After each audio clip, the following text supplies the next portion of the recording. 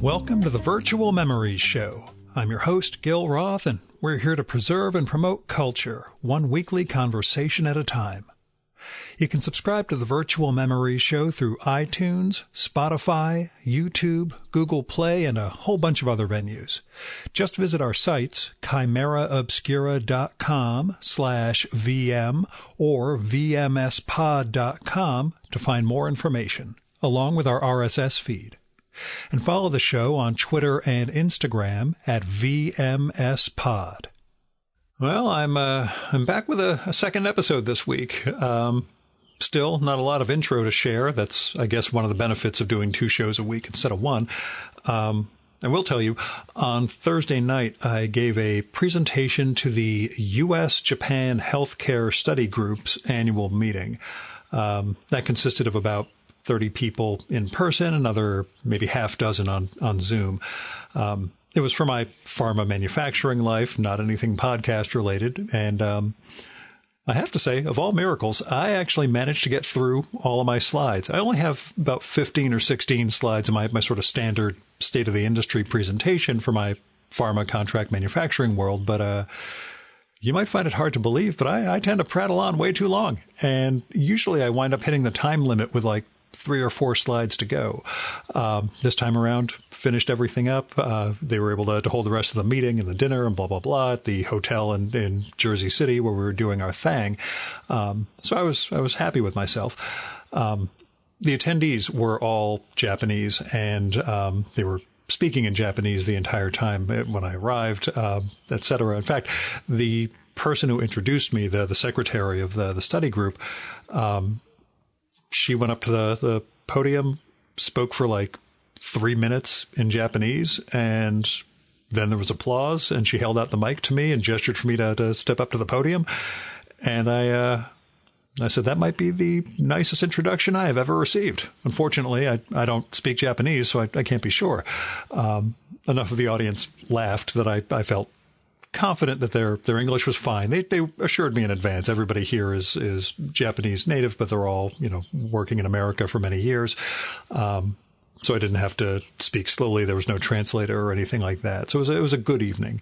And I hung out for a while after. I took a few questions, met up with a pal of mine who, his company is a member of my association. And, partook in the whole dinner buffet they had set up. The thing was, all the attendees were like catching up on, 3 years without an in-person meeting, and they were all sitting at a bunch of tables. And again, everybody was having conversations in Japanese. So I decided to grab a solo table in a corner so I'd eat by myself. No one would feel like they had to make room for me in their conversation.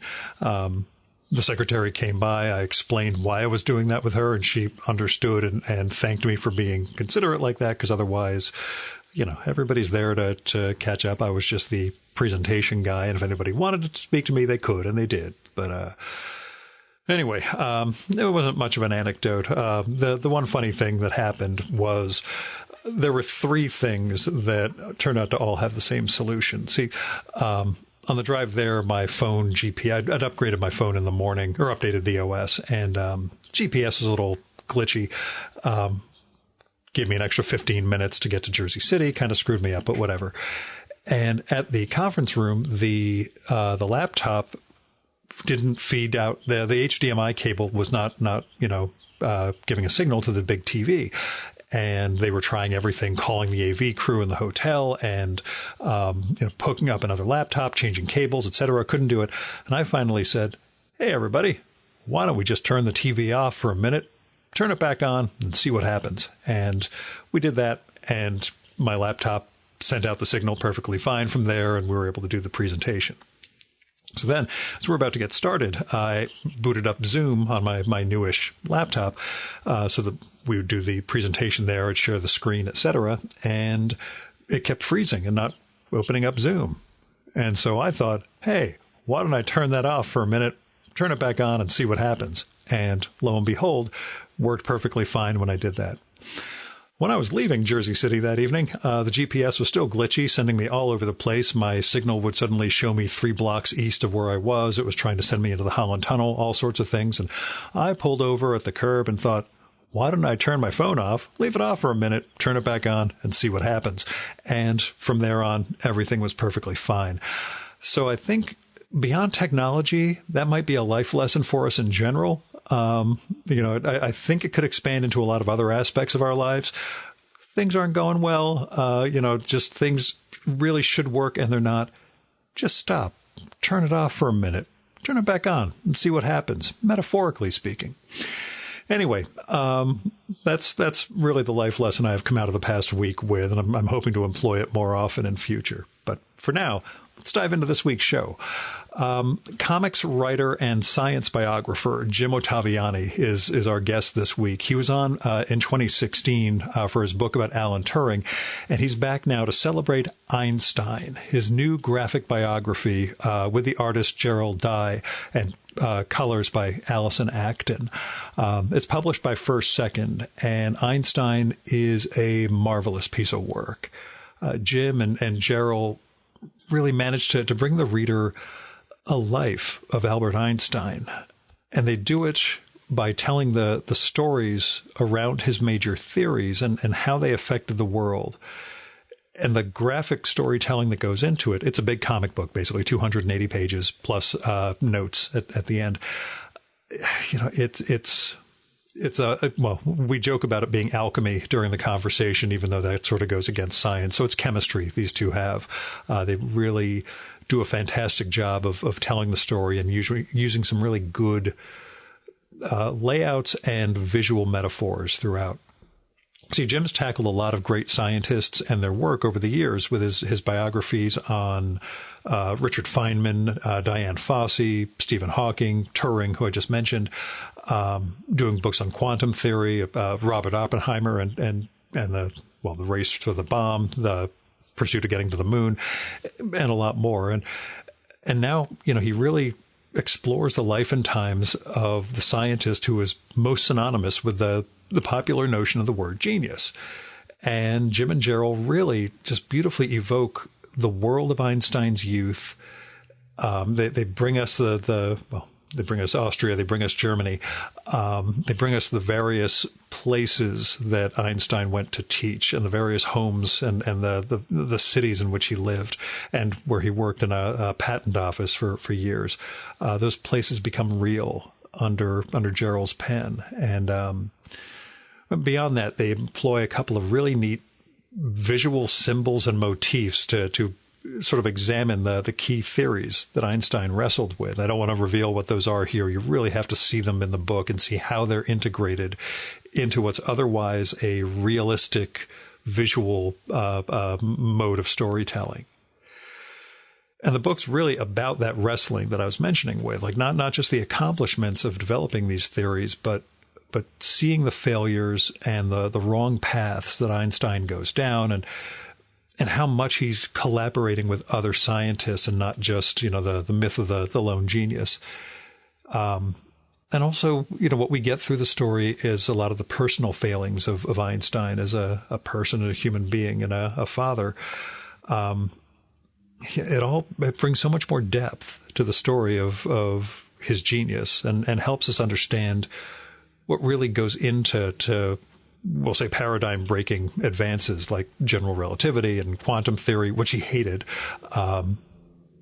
But beyond that, the book's also about that notion of popular genius and about pop culture. And this is a book of the 20th century, especially the first half, but also a little bit of the post-war era, where we really see what it meant for Albert Einstein to become world famous as a scientist, even when his Jewish identity was cause for, we'll say, dismay in his home country and the academy. It's beautifully told. And one of the key devices in the book, basically the other people in Einstein's life directly address the reader. And that move on Jim's part helps us see the man and the effects he had on the world as each of these figures, they're giving their own perspective, but also, sort of an omniscient or third person view, or at least an atemporal view of who Einstein was and what he meant to them and what he did in those moments meant in the world. And he does this all without, having to ascribe thoughts or motivations directly to Einstein. Instead, we get, other people's perceptions of him, what he says to others. But, his thought bubbles are consumed with symbols and science as opposed to, what we would consider language thoughts. But anyway, Jim will talk a bit in the conversation about some of the challenges of telling Einstein's story and how he had to limit the amount of sources he was using because there is so much out there, even if, as we talk about, a couple of key pieces of information about Einstein's life are missing. But Einstein, it's a real achievement of science biography, and I came away from it with maybe a little understanding of the theories themselves, which is, again, to Jim and Gerald's credit for being able to represent those on the page, but also a lot of appreciation for Einstein as a human being and some of the struggles he had in the world in which he lived. Now, one of the things I really enjoyed talking about with Jim, and we've stayed in touch over the years since our 2016 podcast, is that he's really cognizant of the mechanics of storytelling and writing. I don't mean that his books are workmanlike and really, workmanlike, but he's very aware of the work that goes into writing and what collaboration with a cartoonist involves, especially. And, that's how I could tell how much he enjoyed working with Gerald Dye on their first book together. So go pick up Einstein from First Second. Came out November 15th, 2022 for you time travelers or relativistic folk out there. And you'll learn a lot more about the life and times and theories of Albert Einstein and the world he helped create. Now here's Jim's bio from the book. Jim Ottaviani has written 15, and counting, graphic novels about scientists. His books include Naturalist with E.O. Wilson, Astronauts, Women on the Final Frontier, Hawking, The Imitation Game, Primates, and Feynman. His books are New York Times bestsellers, have been translated into a dozen languages, and have received praise from publications ranging from Nature and Physics World to Entertainment Weekly and Variety. Jim lives in Michigan and comes to comics via careers in nuclear engineering and librarianship. And now, the 2022 Virtual Memories Conversation with Jim Ottaviani.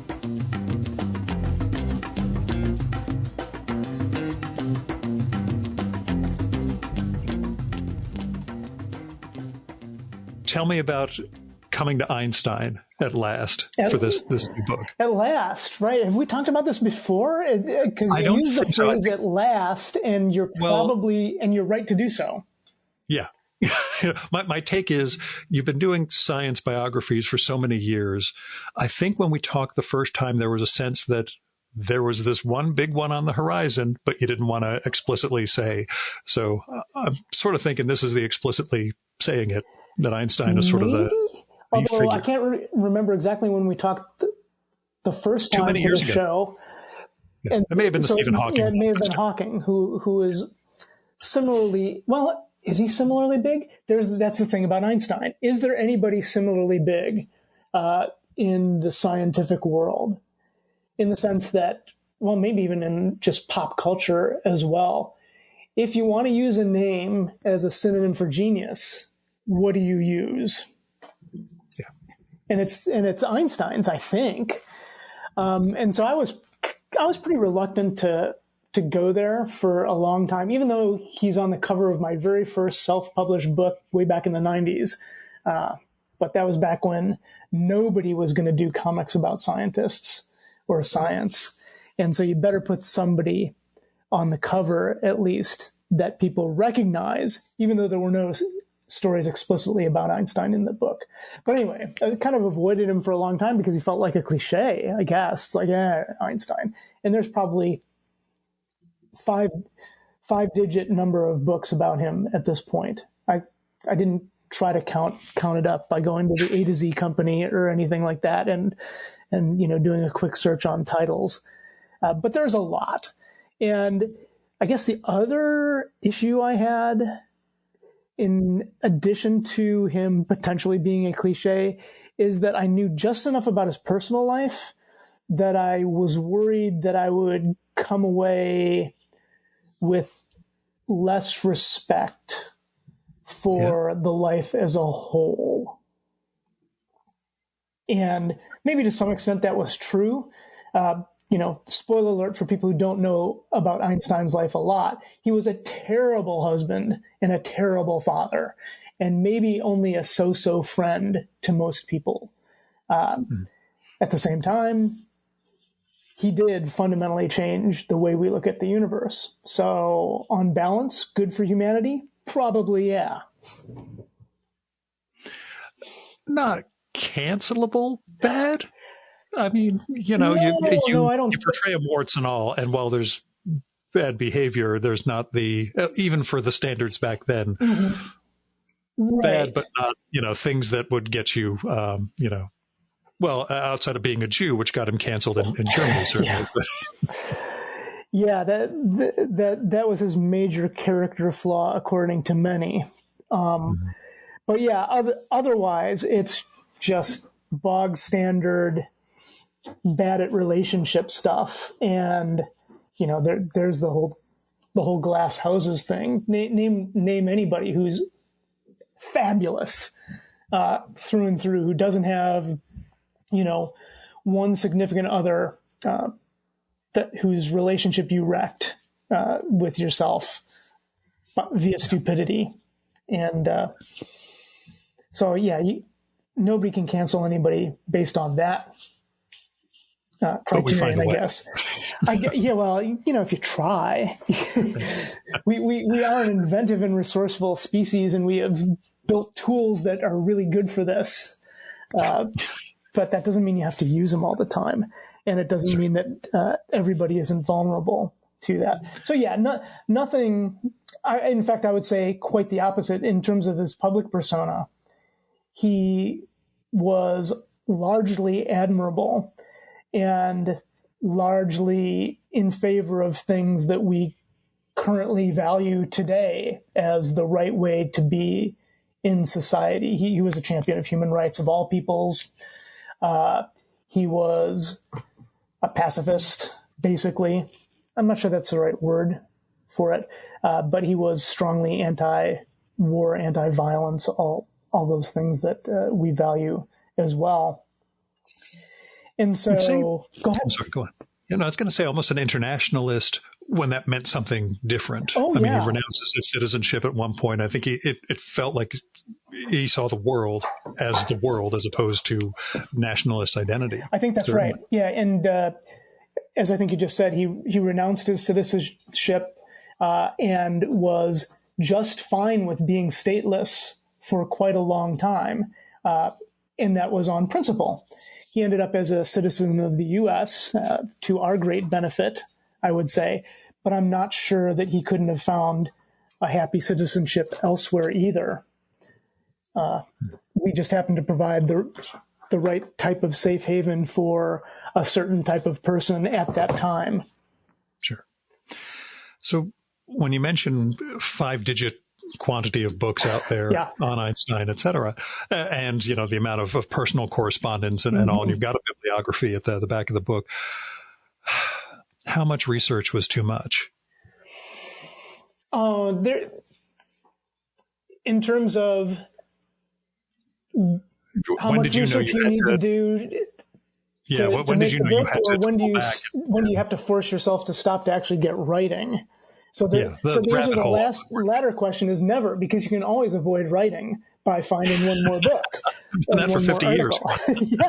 And you keep finding new books and new people, Gil. Stop paying attention to what's out there, and maybe you get a little bit more writing done, although you would get fewer podcasts done. And I'm not sure that's the right It's better for humanity that I do this. Thank you. Yes. How much is too much? I don't know if there's an answer to that.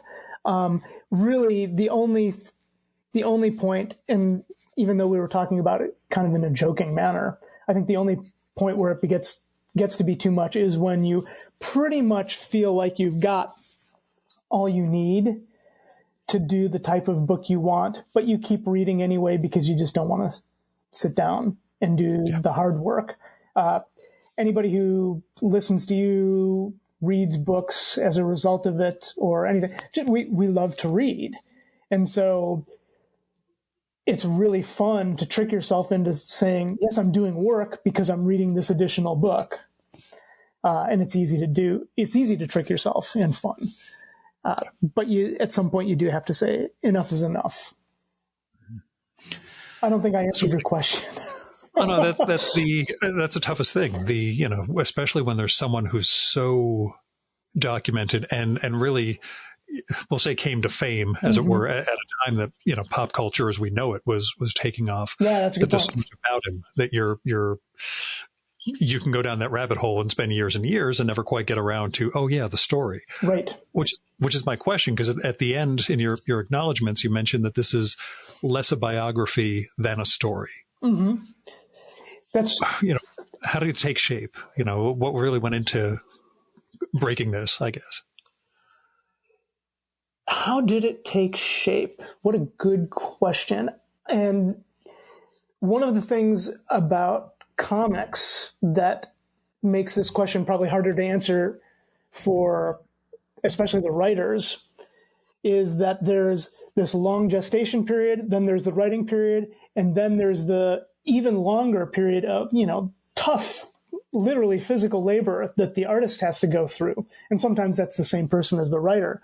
But for me, I do a handoff to some extent, although we built this plane while it was in the air to a large extent.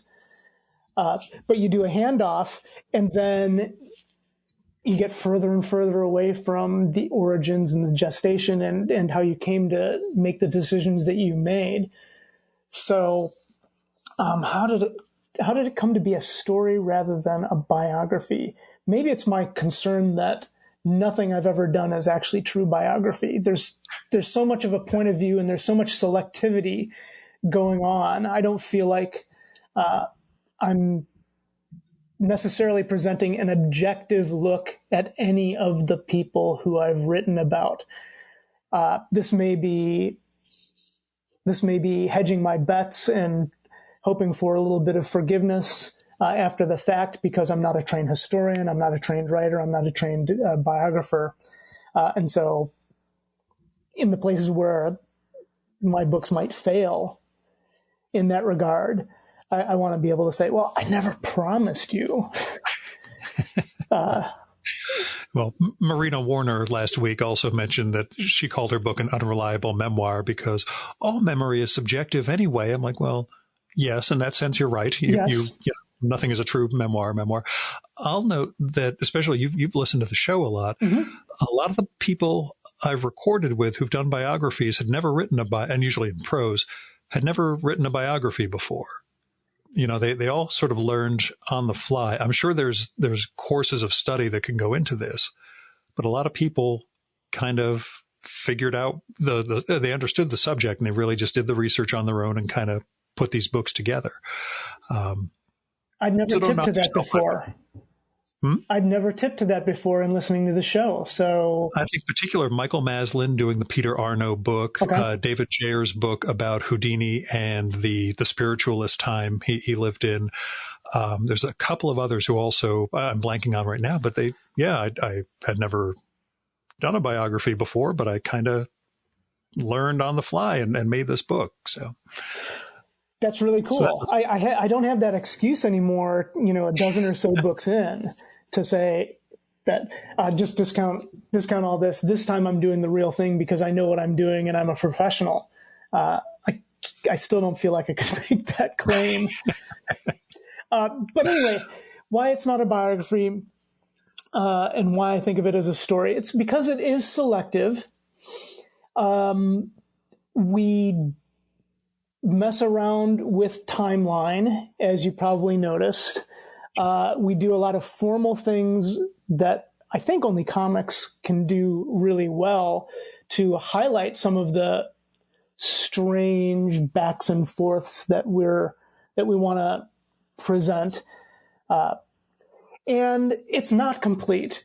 I mentioned early on he was a great proponent of human and civil rights, And that's barely touched on in the book. So there could be a whole, and there have been. In fact, I probably just returned one of those books to the library in the past week or so, books on Einstein and civil rights. But in the end, you have a finite number of pages, and your artist has a finite amount of time and muscle strength before their hand sees into a horrible, immovable claw. And so you have to pick and choose what's going to be in the book. And I felt like there are definitely other choices that could have been made that would have presented an even fuller picture of Einstein's non-scientific work. But that's not what we ended up doing, because really he wasn't famous for much of that. And that's not how he became, as you were saying, a pop culture figure and celebrity. He was one of these very strange cases that became a celebrity because of his discoveries as a scientist, not because he was really good at talking about his discoveries on radio. Radio was around for him. There wasn't much else, radio and newspapers. So talk about the building the plane while it was in the air. How did it change for you? You mentioned in the introduction, I think, that, there was an initial script and things evolved, and you just were hoping the artist wasn't cursing your name, which we'll get to. So as things went on, as Gerald started working with the script, we started noticing weaknesses in the story. We, being he, our editor, Alex Liu, and myself, started noticing weaknesses as, the thumbnail stages of the pages would come in, and then definitely in the penciled stage. For instance, so many characters. And my initial grand idea for this book was to have no captions, no external narration, and basically no thoughts exposed to the reader other than Einstein's, and Einstein's thoughts would be largely, if not exclusively, about physics. And that started to look like it wasn't going to work. Even I was trying to remember, which character is that? Which Swiss guy with a mustache is this one again? And so we decided we had to, layer in some ways to have people get introduced to the reader or reintroduced to the reader. So that had to happen. And that meant changing dialogue in places, and that then meant changing the way some of the panels were presented. Maybe even more significantly was the fact that I was never truly satisfied with the couple sections. And they're not super long, because I try never to make them super long. And I also try to make them skippable, because some people are put off by science and math. And so, but they have to be there for a person like Einstein. They have to be, especially because, again, he became a celebrity because of what he did, not because of all the stuff that happened around that and after that. It's because of the science that people went gaga over this man. And so you have to show that. And I was never completely satisfied with my depictions and descriptions and visual metaphor, especially for the general relativity section. And so at a certain point, and this was too late, and this is where I was worried that Gerald was going to kill me. It's like, this just is not right. I can feel it. It's as good as I can do, but it's not right. I need an expert, another expert. I say another expert as if I'm an expert. I need an expert to have a look at this stuff.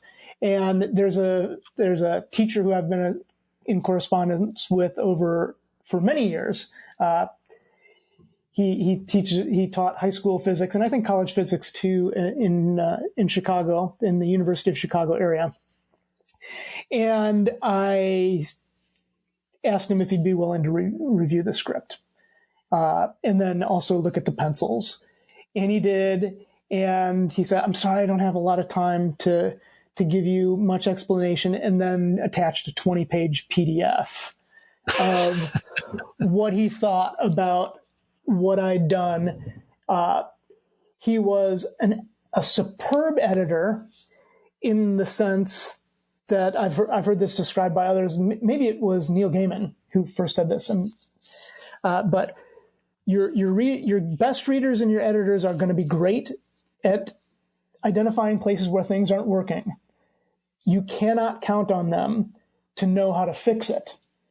But if more than one person, and in this case it was myself and David, the physics teacher, think that something's not working, then you do in fact have a problem here.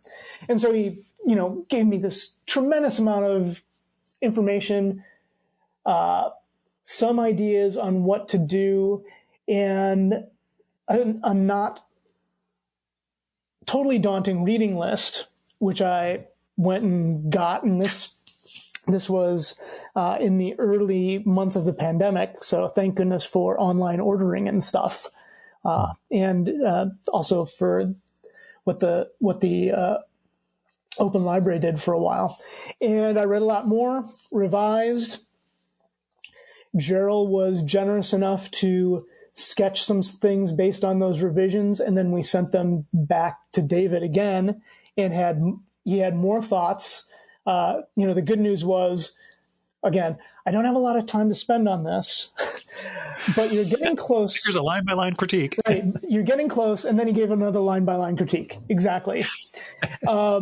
And with that second iteration, we got to the visual metaphors that you see in the book and some of the language that you see in the book to describe what's going on when you finally get to a general theory of relativity. And so Gerald had to pencil those sections, thumbnailed once, penciled 2.5 times, I would say. And that was happening relatively late in the game. It's amazing to me, given the structure of the book and how integral those images and metaphors are for everything you're telling. The idea that came, we'll say, late in the game, as you put it. Well, yes and no, because I think some of this is maybe a trick. And this is where Gerald and Allison Acton, the colorist, had already, at this point, even while we're still, like I said, rebuilding the plane up in the air, Gerald and Allison had already come up with some ideas about how to use color and how to use saturation of color to show some of these things that are happening largely in Einstein's head. And I think that helps ease those transitions, even when we had to shift gears, change directions a little bit. And some of those ideas were in the original script, and that's where, you can thank your subconscious for having a better plan than your conscious mind has. I just read Cormac McCarthy's article, The Kekuli Problem, and this idea of what the subconscious mind is doing and how it helps you all the time. It was it's on my mind right now. So I'm in a mood to thank my subconscious for putting planting some of those seeds, even though I didn't know I needed them. And then Gerald and Allison made those things real on the page. And so I think, again, this is just a guess, it looks more seamless than it might be because of the choices that they made. So tell me about writing for a new artist. How much of a learning curve do you have? Not necessarily Gerald particularly, but in this case, somebody you hadn't worked with before. Not too much, because at the time of initially proposing the book, the hope was that Leland Myrick might be willing to stay artistically married to me for one more book, however many more years that was going to be. But Leland had some other things going on in life, and wanted to do other. He was moving more towards painting rather than graphic storytelling. His hand was constructed into a little claw because of all of your changes, and he was very mad at you. I'm just kidding. That could be too, although he still acts like he and I are friends. I hope that's the case, because I think he's a terrific person. And I feel like we've remained friends.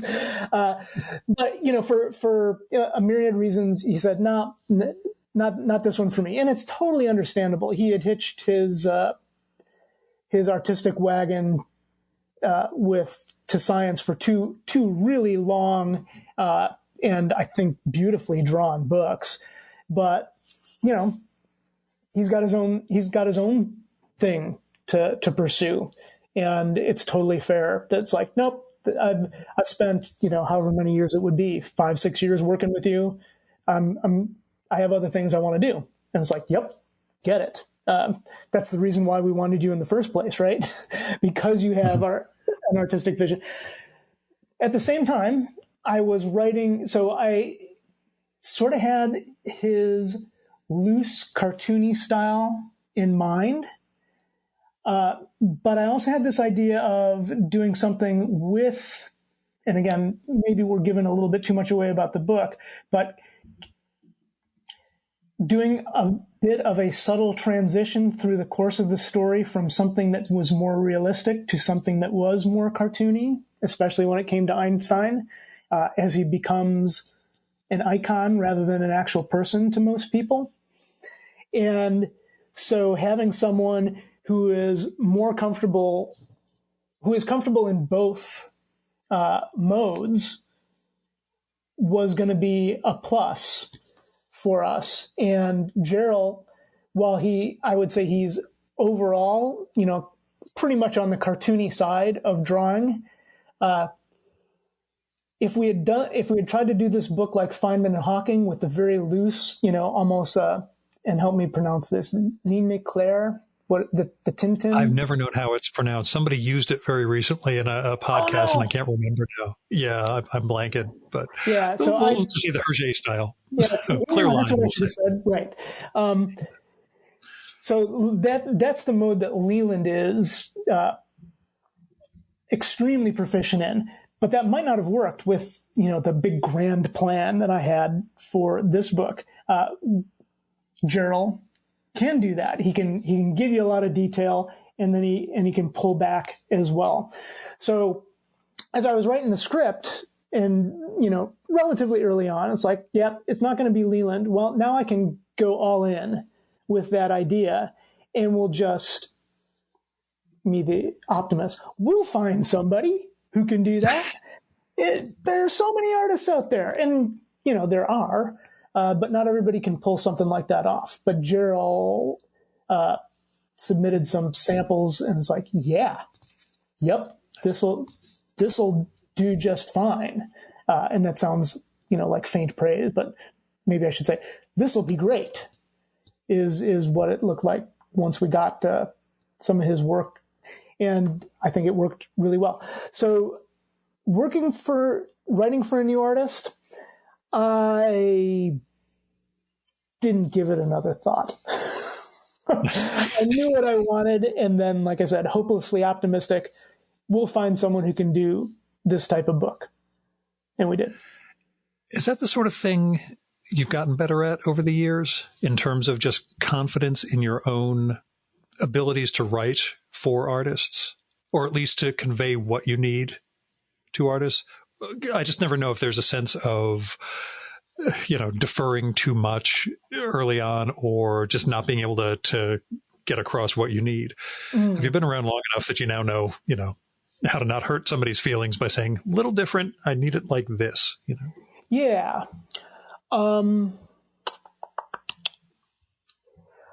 I hope or is I the have. confidence that you're now in a position of, it doesn't need to be my vision 100%. The artist brings their thing to it. So. Oh yeah, there's definitely some of that. And I was, again, there we could spend an hour talking about how fortunate I've been with collaborators over the years.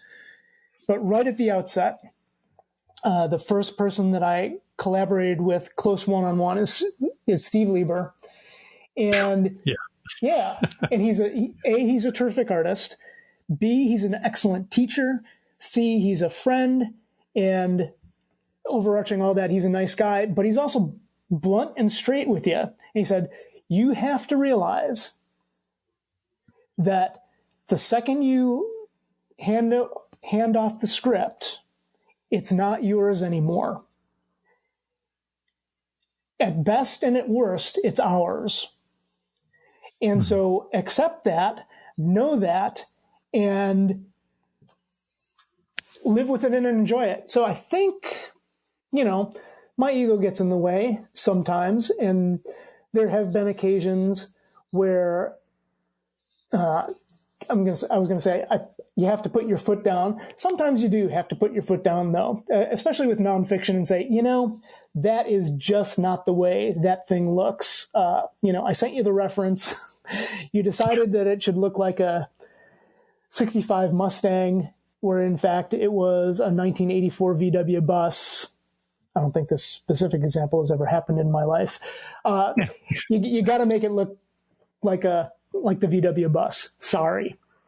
But most of the time we're at the point, or I'm at the point. No, it's a we, where the idea is, let's talk about this if what I have suggested in the panel description doesn't work for you and you just think it's going to be wrong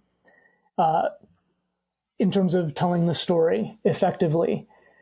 And the opening letter, every script starts with an opening letter. I think all of them, I'm not sure if I've made it boilerplate yet or not, but all of them say, you're going to see panels that have descriptions from me that are 3 paragraphs long, and there might be 2 useful words in those 3 paragraphs for you.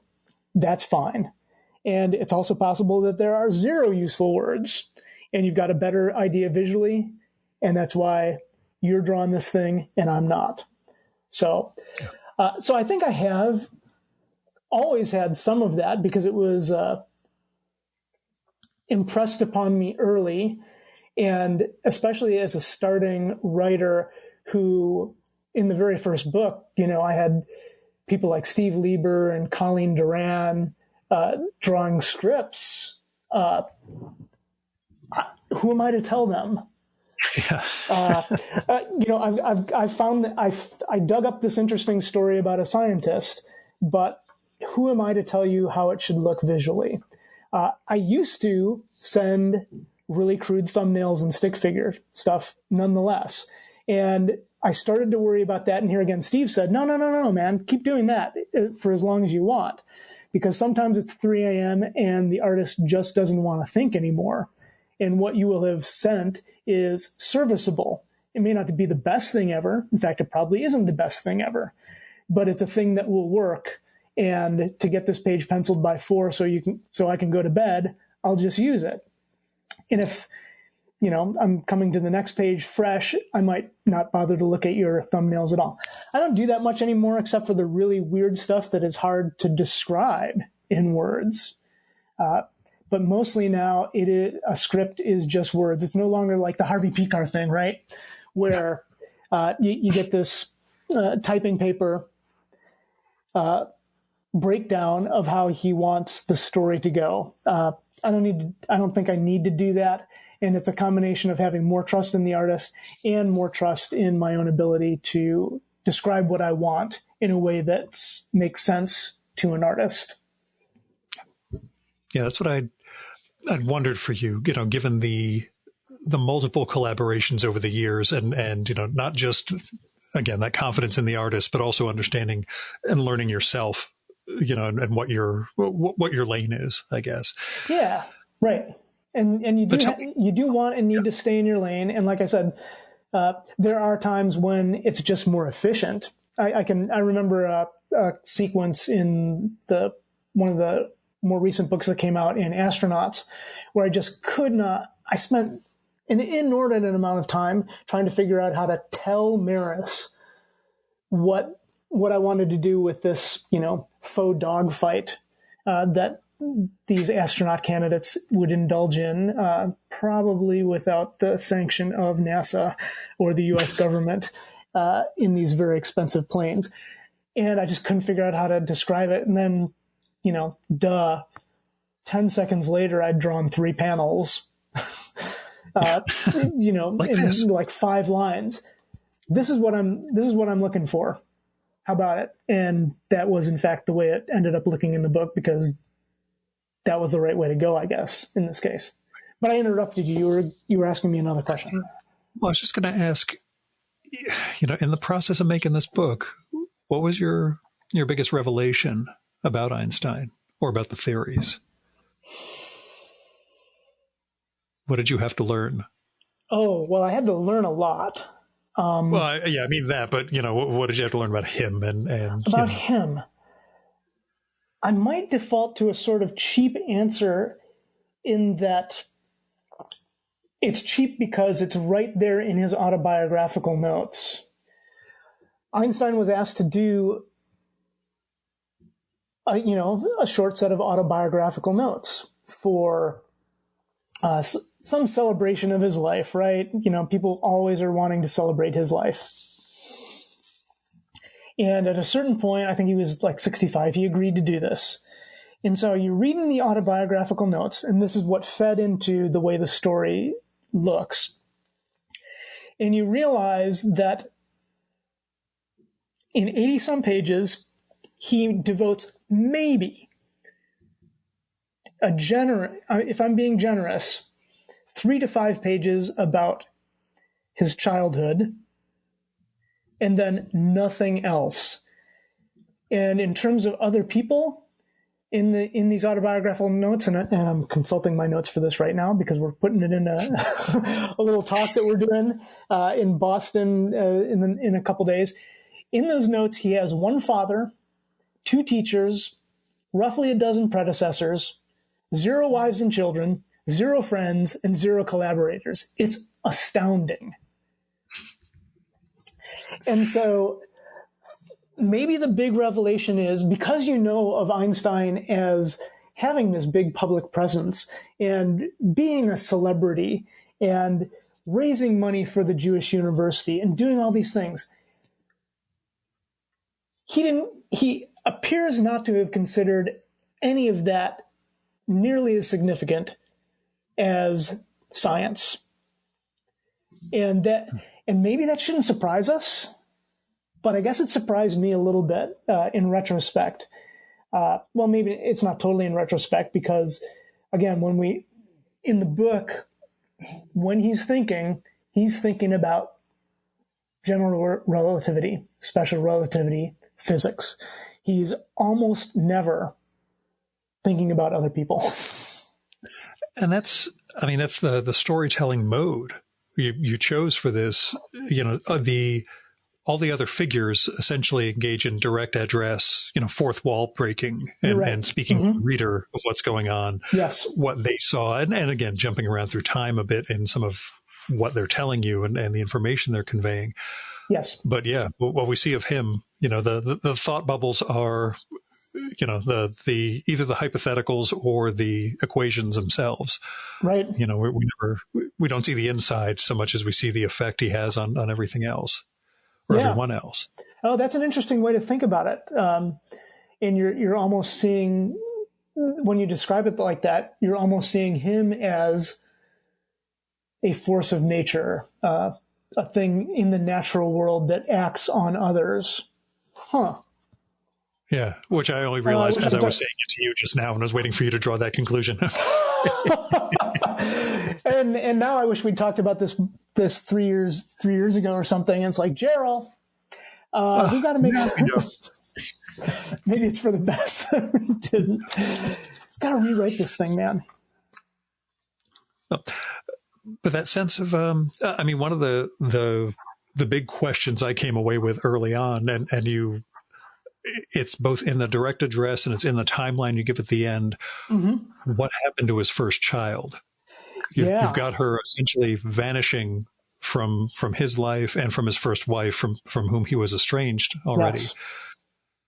She's just thinking about these are all, yeah. Yeah. Is there anything you knew, or is it essentially, we don't know what happened to the first child? And the best that I can determine from all I've read is it's a mystery. Okay. Almost certainly died as an infant, but you just don't know, because she literally disappears from history in a flash. And it's just, tremendously sad. And this is one of the places where you first get a glimpse of Einstein not really getting, close interpersonal relationships and not figuring out what these all mean. He's got a great relationship with humanity as a whole, but not so great with individuals, right? And especially those who are very close to him or want to be very close to him. Yeah, if someone were to ask me what happened, I would say she probably died very young, and both parents tried to put her out of their minds relatively quickly. And Einstein was able to do that pretty well, because that's the type of person he was. He put the living out of his minds pretty quickly and easily when he needed to. I think it seems clear to me that it was much harder on Mileva, his first wife. And his reaction to all this was terrible from her point of view as well. And again, if it mattered more, there would have been more. Of course, if it mattered more to him, there would have been more correspondence or some comment in all the archives, I guess. That's right. And, this is a period where that's extremely well documented, and for which you can read basically all the correspondence that survived. And a lot of it did, I think, I think it's Princeton University Press is doing the complete Einstein. You mentioned the 15 volumes or so of. This is why you do the books. Book right now, and hoping the page flipping doesn't show up on the mic. Well, I can't hear it. Princeton University Press. So these are giant volumes, and in German and in English. And I'm fortunate that Kat speaks German, or used to speak it very well. And so when things in the English translation either didn't make sense, or I wanted to be sure that they were right, I could run some stuff past her or her mom. It's like, is this the way we would phrase it now? Because, sometimes people use a very formal translation mode. I mean, you knew this very well, since you're often interviewing translators, and the art of that is its own thing. Literal. It's a very special. Yeah, it's its own literary field.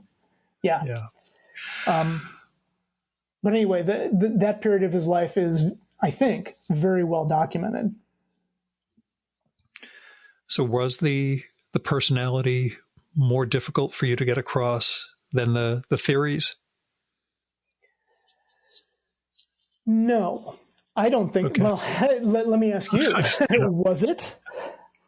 No, I thought you did good work getting across what the theories meant, why they were revolutionary, how much work really went into them, but also giving an idea of what they meant, what they actually were. But at the same time, you're conveying a figure who, as you say, is missing a little something when it comes to the interpersonal side of things, which we can always write off as, he's a daffy scientist and he had more on his mind, but Well, some folks have suggested that maybe he was on the spectrum. Could be. I don't think that was diagnosed in any way close to the way it is today. So maybe, but we don't know. About both of us too. So Say again. I'm sorry. They could have said the same about both of us growing up. I'm pretty sure. Probably. So, probably. We grew up a little bit before that became a thing, I guess. But. Yeah, that's a good point. So maybe, yes, it was harder because I'm going to retract that. Even before I completed the sentence, I'm going to retract it. I guess I don't know. I hope with all the science and with all these things that I've done, I think I might have said this before to you at some point. It's like, it's much more important to get across, from my point of view anyway, much more important to get across to the reader what it felt like to encounter him and what the broad strokes of the theories meant for the person who discovered them and for the rest of the world. And, you know, as you mentioned, there's equations all over his thought balloons, but you're not meant to read those and interpret those, really. That's set dressing. You know, here there, whatever the Latin phrase would be, here there be science instead of here there be dragons. Here there be science, and that's all you need to know about those things. And because of the excellent art that Gerald does and the excellent work with color, I think that, you know, I've got a great advantage in that those, you know, the artist and the colorist can bring mood where maybe my script was just the facts. But because they're making the people act in ways that make sense and convey the person in addition to being a scientist. I think this way you can have it both ways, even during the sciencey sections. I would say it's alchemy, but that would, you know, kind of run counter to the whole science thing. So we won't use that term. So it's chemistry. There you go. Yeah, chemistry is better. I mean, you know, alchemy is a good and useful word. It's survived in the language to this day because it means something, and it is that, you know, weird blend of chemistry plus feeling, or chemistry plus intuition, or chemistry plus who knows what nonsense. So tell me how the pandemic's gone. You managed to write this book and produce it during that time, but how has almost 3 years of this treated you? And how is seeing the American public's response to, we'll just say science, affected you and what you do? Oh, dear. For an easy one. Yeah. Well, with regards to the pandemic, I mean, I feel and will continue to feel very fortunate.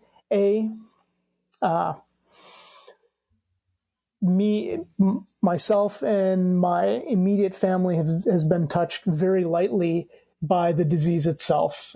My brother, his wife, and their kids all got it, but it was mild. It was much later on into the pandemic when, you know, they'd already had, I think all but the youngest had the first round of shots. So they felt bad, but didn't get, you know, it passed, and they're not dealing with long COVID in any sense, and it's okay. And Kat and I, and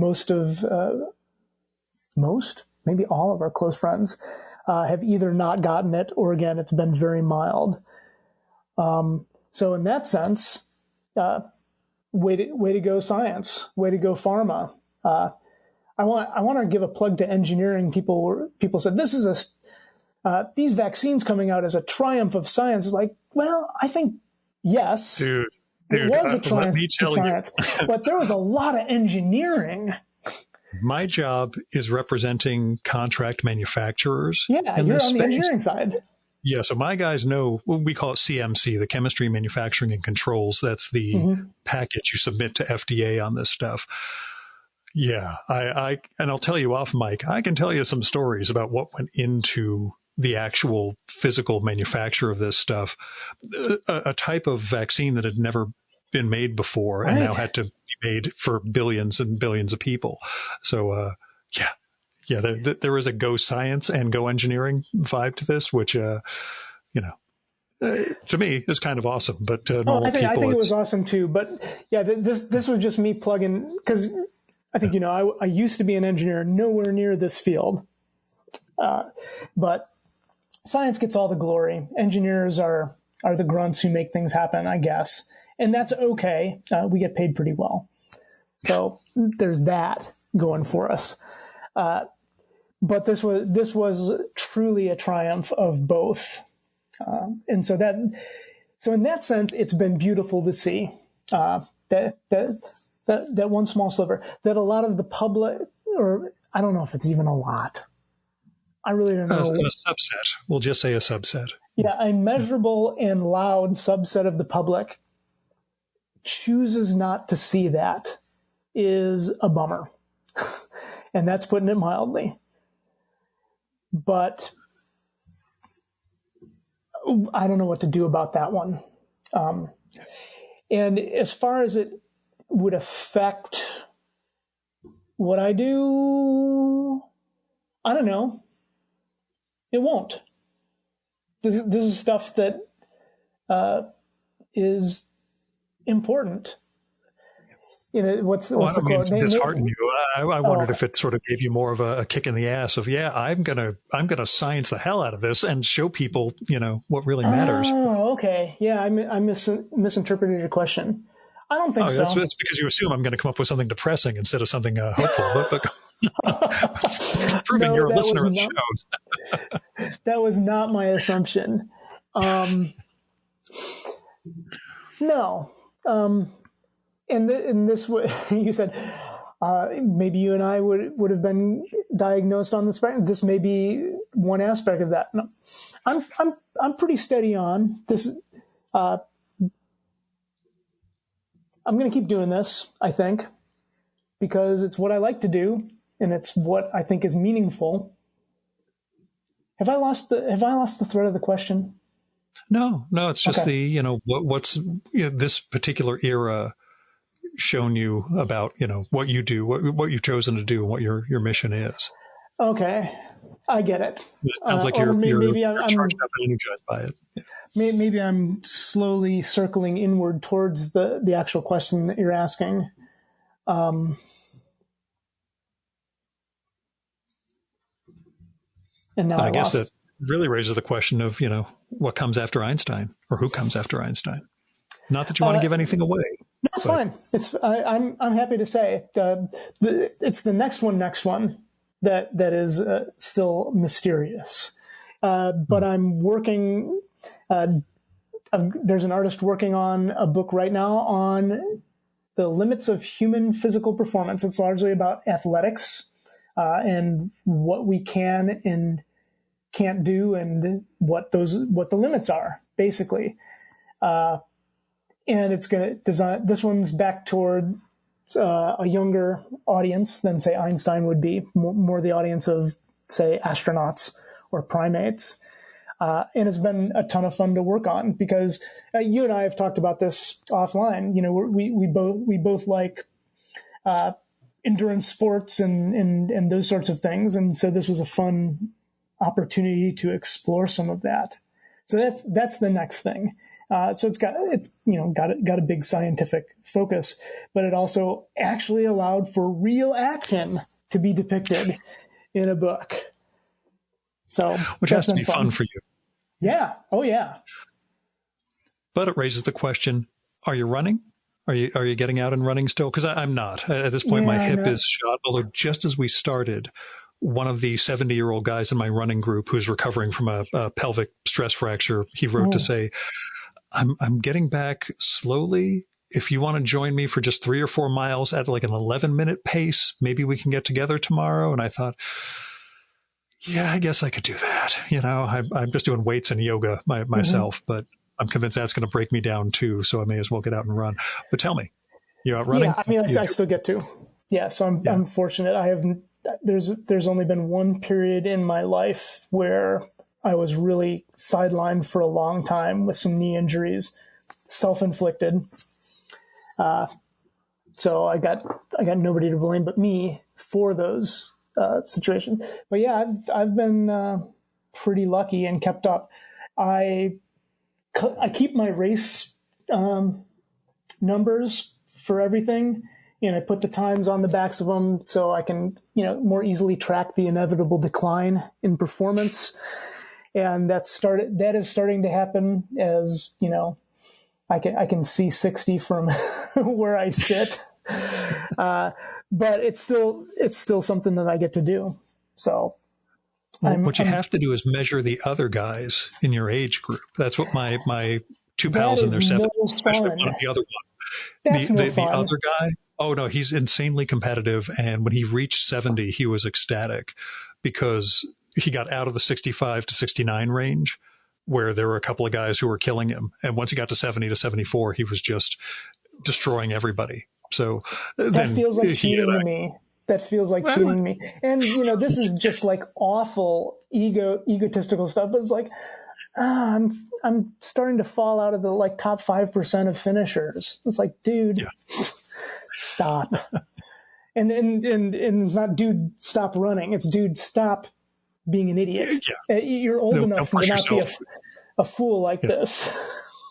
Well, the story I always give is my only half marathon, which I ran on 36 hours notice. Mm-hmm. It was an out and back, and I was around the 5.5 mile mark. Mm-hmm. When a couple of guys came zooming back the other way. And I was around the 5 mile mark, definitely, because they were at least 2 miles ahead of me. Guys were just flying back in the other direction. I'm like, oh, that's what this is like. Okay. Yeah. Now I understand. I'm doing a nice pace for myself. And these guys are essentially going to break an hour and a half. And right. Yeah. Yeah. Well, I mean, you got to, this is what I tell anybody who ever bothers to ask, not that most do, but, Kat was running for a little while and she was, getting a little self-competitive. And then it's like, what if I can't keep up? It's like, you run your own race.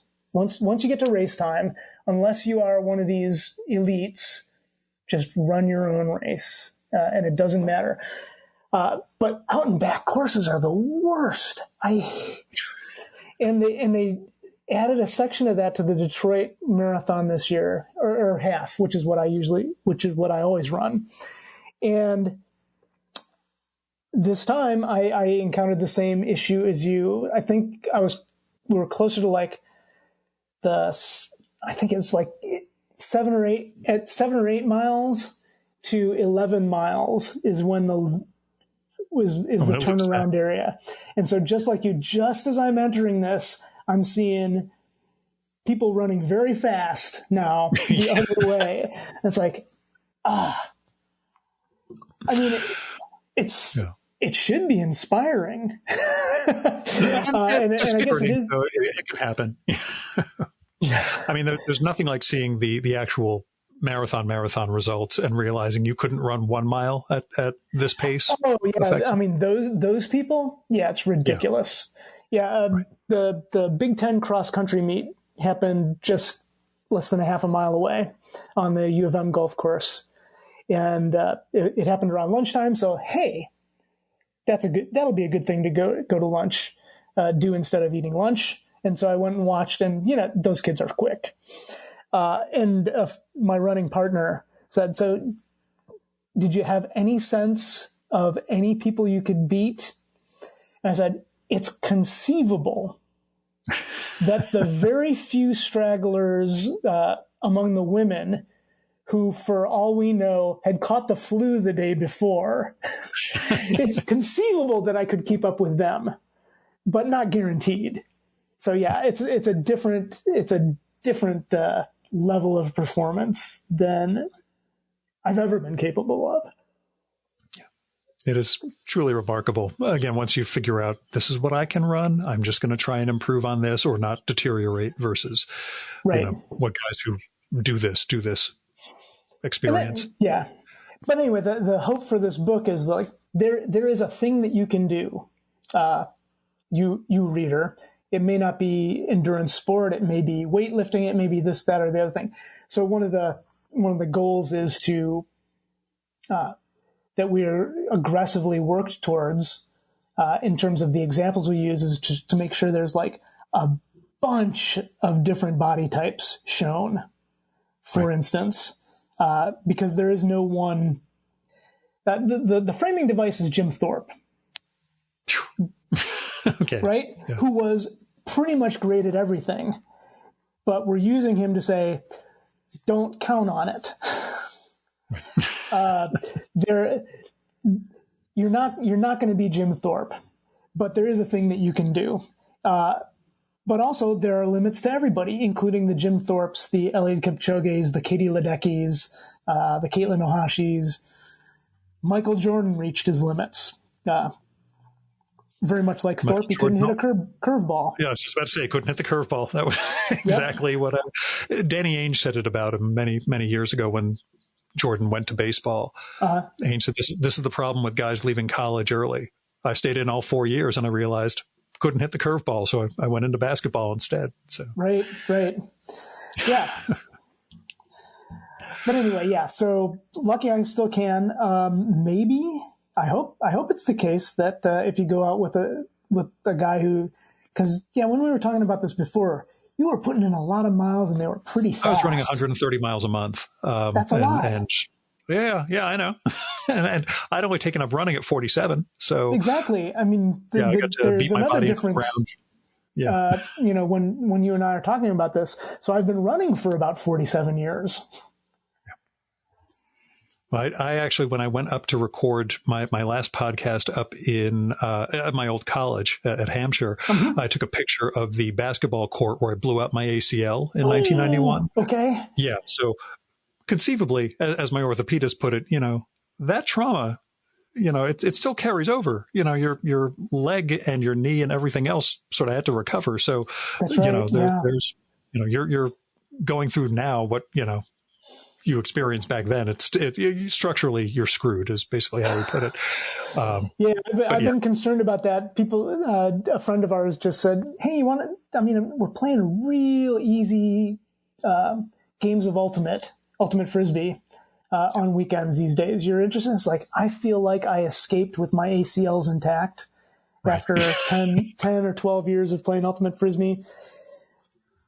Again, at my age, it's like, I think I'd best, stick with your lane. Alone. Yeah, stick in my lane. Do not swerve. Literally. Yeah. In my case, it was don't plant your foot and turn around. That was me on a fast break, and that's where the tibia just decided to keep going forward while the rest of the body was pivoting, and that was that. Super common, unfortunately. Good. That's the good news. Bad news with sports injuries, like the doctor will say, "Yep, seen that one before. Here's what you do." Yep. I guess in medical science, tendon. Oh, sorry. Go on. No, it's okay. Just in medical science, what you really don't want to hear most of the time is like, "Well, never seen that before." Uh-oh. Yeah, no, things were pretty routinized then. They've done improvements since, but I was a patellar tendon replacement, blah, blah, blah. But one thing I did want to bring up in terms of, my day job, let me know if you need me to hook you up with any of the Operation Warp Speed, participants. That'd be really interesting. Yeah. Yeah, I do know some people, again, on the manufacturing side. I also have a connection to the executive side of things through some of the companies I work with. But, if down the line you come up with, this is the story of how we actually got messenger RNA, I might be able to get you some insight into at least in terms of the technical side. That would be really cool. I got to say, I am overwhelmed. My intimidation with the biomedical sciences is almost debilitating. This was this stuff that I was definitely weakest at school. And, when I was a regular subscriber to, say, Scientific American, those were the articles that I skipped. That it's such a complicated field. Bodies are just complicated, right?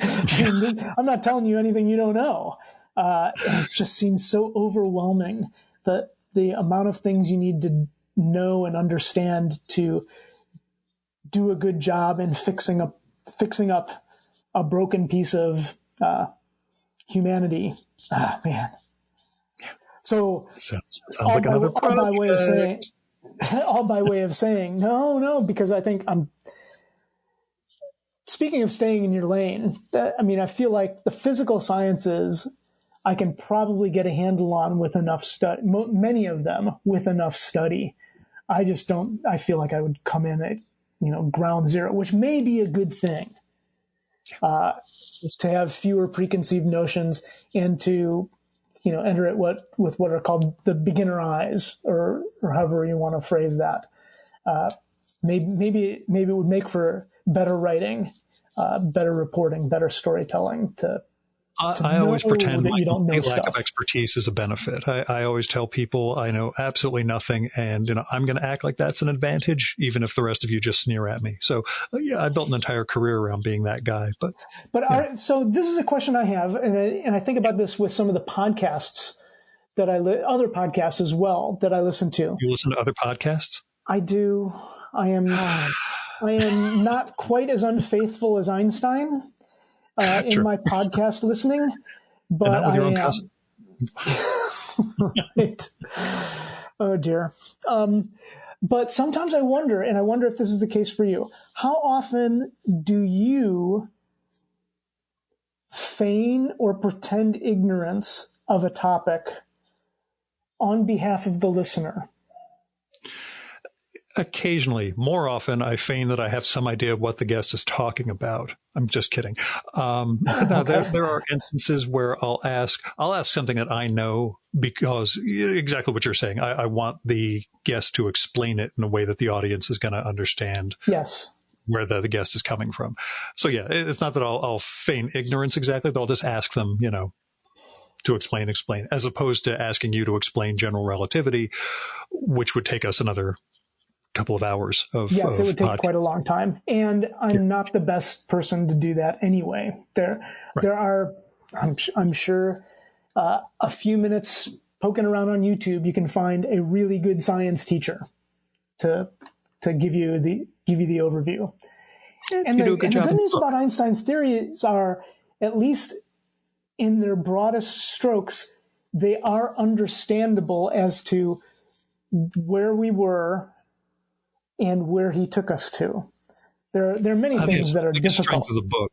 I think it's the biggest strength of the book, the way you ground, like I say, the revolutionary aspect of what he did. That you really establish why this was not anything on anyone's horizon, and why this meant as much as it did when he came up with it.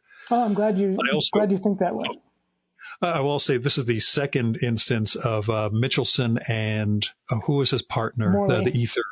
Yeah, because I read Against the Day by Thomas Pynchon earlier this year.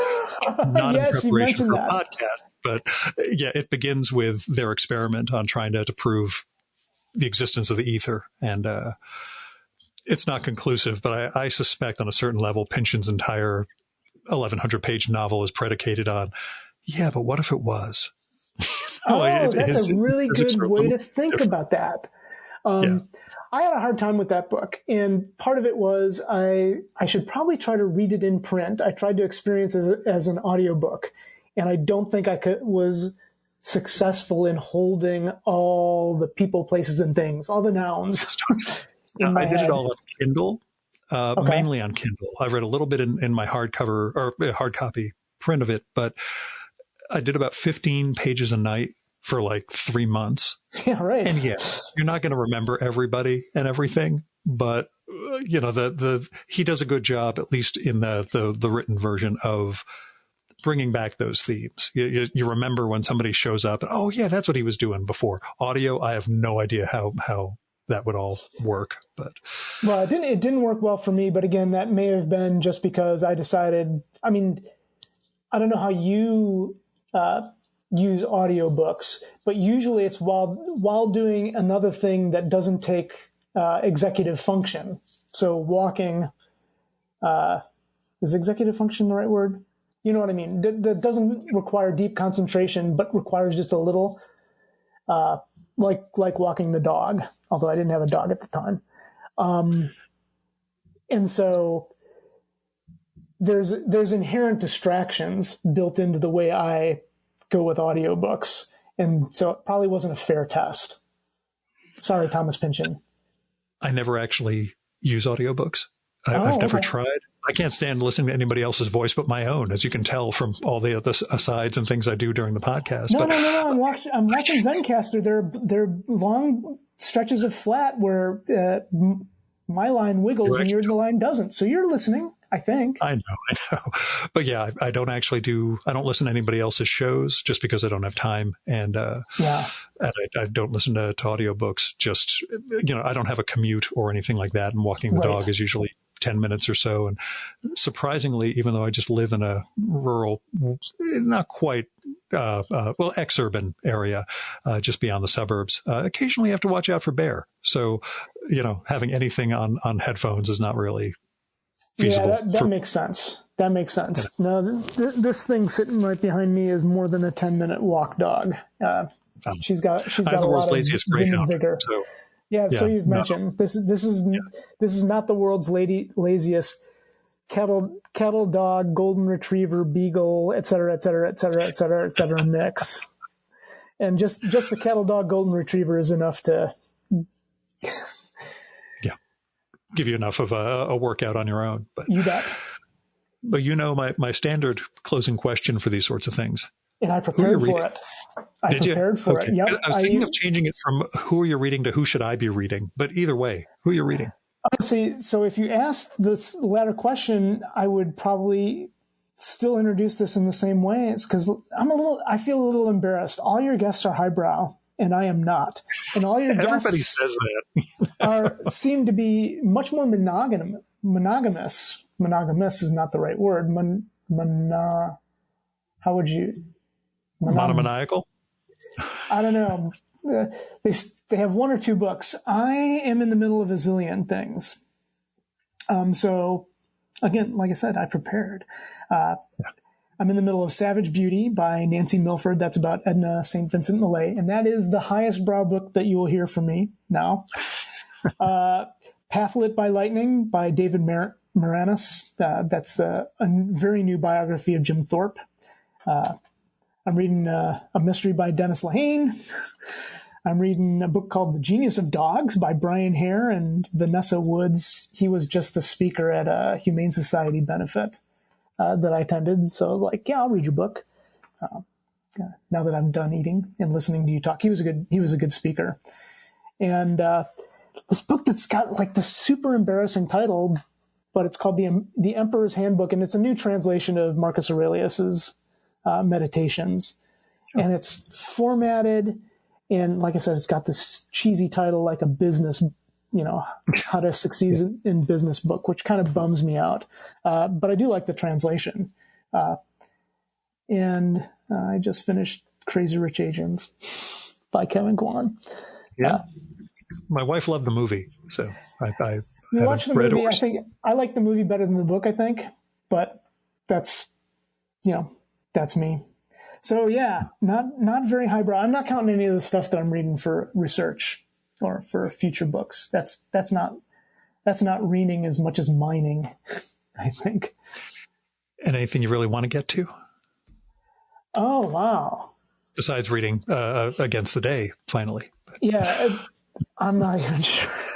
I'm not sure that I'm actually going to. Oh, I wouldn't. That's okay. It's one of those. Gil did that. Let him do his thing. Yeah, other people can read Dostoevsky. I'm a Tolstoy guy. That was one of the questions from. I always ask people: Dostoevsky versus Tolstoy, Middlemarch versus Bleak House, and Iliad versus Bleak House. I read Middlemarch, and yeah, I get it, I guess. But again, lowbrow, Gil, comics guy. Sorry. Things to get to. I'd have to look at my hold list on at the local public library to tell you. Well, let me ask the comic side. Who are the cartoonists you've kind of grooved on lately? Oh, well, I mean, there's. Yeah, I knew I'd stump you with a reading question. there's the obvious one that everybody either has read or should read, and that's Kate Beaton's Ducks memoir. It's a fantastic book. Just I've heard great stuff, and I'm doing so much for the show. I haven't had time to read it yet. But yeah, it's received a lot of praise, and I don't think any of it's overblown. It's a wonderful book, and that's the if I had to pick a top 10 that holds the first 7 places or something, I don't know. I'm reading a few serialized comics. I'm one of those people who reads Saga by Brian Vaughan and Fiona Staples. I think that's a fun book to read. I like Brubaker and Phillips's stuff, the various crime and detective fiction they do, and a lot of miscellany. Nothing else that I think I would like say you gotta read this. There's a lot of entertaining stuff, but yeah, in terms of gotta read, it would be Kate Beaton's new book for sure. Tom Gauld's new book. Gosh, yeah, that was a lot of fun. Also for sure. And then for lighter fare or for easier reading, but with just great comic storytelling, it would be Brubaker and Phillips in their criminal / now it's Reckless. I think that's the series of original graphic novels they're doing. Would be the next one in Saga. And I guess real last question. Looking forward to a book tour? It's going to be quite abbreviated, really. It's so what happened was we had a couple events scheduled in the Boston area for the launch of Astronauts, and that book came out mid-late February of 2020, and then that happened. And so had basically a ticket to use to go to Boston. Turns out Gerald lives in Boston. So we let the publisher know that, hey, I'm totally willing to go somewhere to do this thing, to do some stuff. So yeah, we're just doing a couple of events on and the day after the publication date at two, what I'm told are fabulous bookstores, Brookline Booksmith and An Unlikely Story. People will hear this after those things have already happened, though. So, sorry. But still, getting out and doing the book thing, that's got to be a nice change over the last couple of years. It really is, because I love doing these things. I mean, what's not to like, except when nobody shows up? But Gerald's going to be there, so people will show up. Yeah, what's not to like when you're thinking about talking to a bunch of people who like comics or like science or like both, and you're in a really great bookstore. So looking forward to it. And I'll get to see some friends out there too.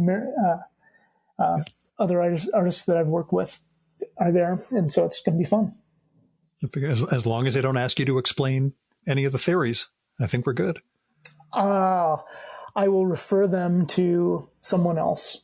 Or just say, on page 57, we start to explore, just send them over to the biography or the story, not the biography. Great. Well, this is why we write books, so it's there on the page.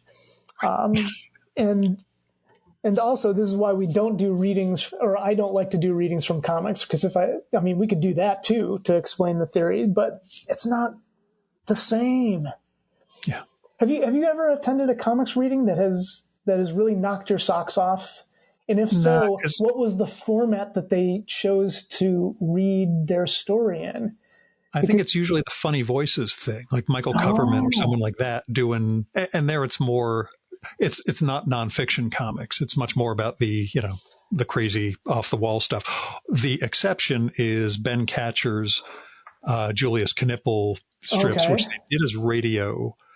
And you can pair that with, projecting the panels and have. Is it faithful to the comics? Yeah, it was literally just reading his captions. No but kidding. It was like Ben Stiller's dad, Jerry Stiller, and voices like that doing Ben Catcher narration. So, all right, I can imagine that being. Yeah, that's a very narrow niche, but that fits really, really well. Yeah, I'm no Ben Catcher, so and my voice is certainly no Jerry Stiller. Yeah. Built for radio. It's not a Gil Roth voice built for radio either. Thank you. I cultivate this, although I discovered from my week in London and Frankfurt that when I listened back to some of the audio, I didn't sound so good. I'd done an awful lot of talking and I have to agree with you there. There at least one podcast like, I'll bet you he just got off the plane and he's really tired, or he's almost done with his trip with this one, and he's really tired and has been talking. There was the Gil is a burned out wreck sort of voice, but but for this one, I'm still getting over the jet lag, but I'm doing fine. So yeah, well, you sound good to me. Awesome. But Jim, thanks for coming on again. I'm looking forward to TCAF, SPX, something like that, where you and I get together again. So, I'd love that. Yeah. So anyway, yes, you're welcome. This was a pleasure as always.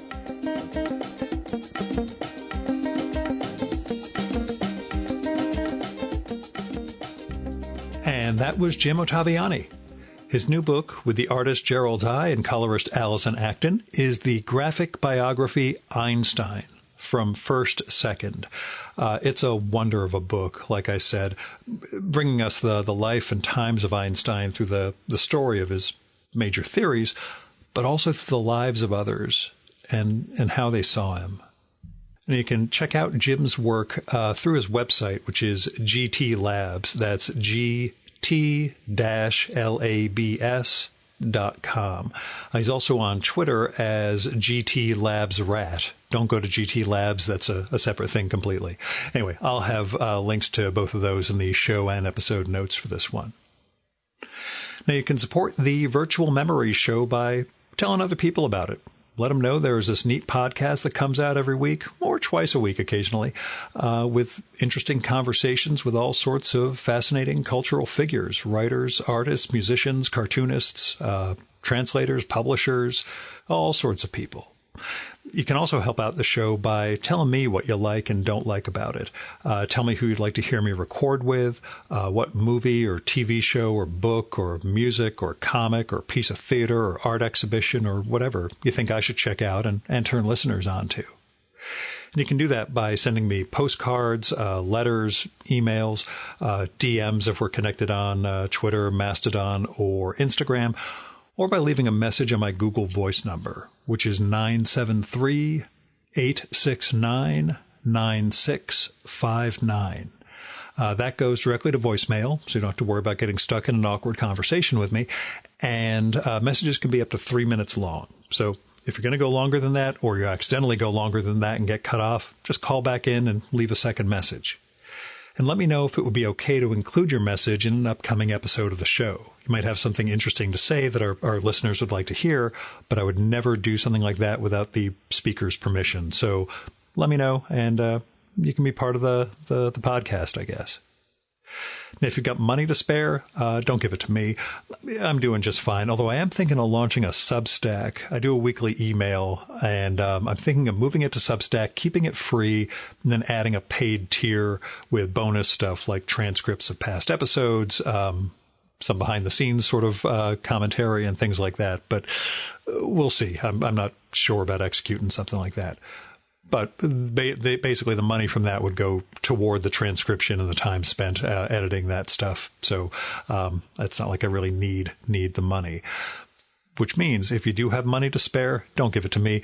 Give it to individuals and institutions in need. You can find individuals through GoFundMe, Patreon, Kickstarter, Topato.go, Crowdfunder, and other crowdfunding platforms.